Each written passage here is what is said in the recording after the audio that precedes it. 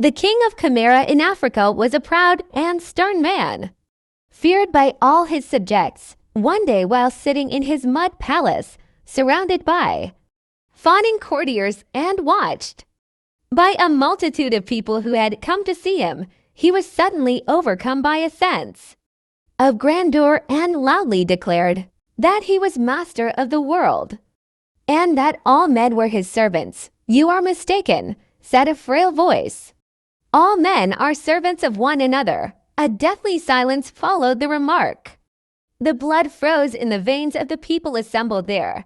Then the king exploded in anger. "Who said that?" he demanded, rising from the royal stool. "Who dares suggest that I am a servant?" "I do," said a voice in the crowd.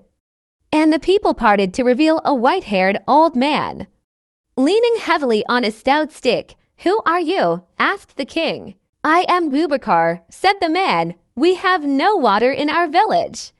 I have come to ask for a well to be dug there." "So you are a beggar," roared the king, striding down to where the man stood. "Yet you have the temerity to call me a servant." "We all serve one another," said Boubacar, showing no fear, "and I will prove it to you before nightfall." "Do that," said the monarch. "Force me to wait on you?"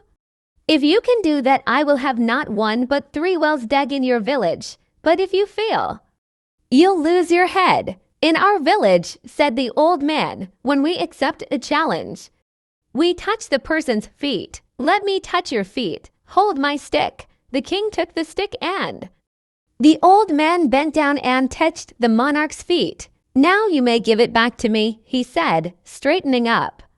The king gave him back his stick. "Do you want any more proof?" asked Boubacar. "Proof?" asked the king, bewildered.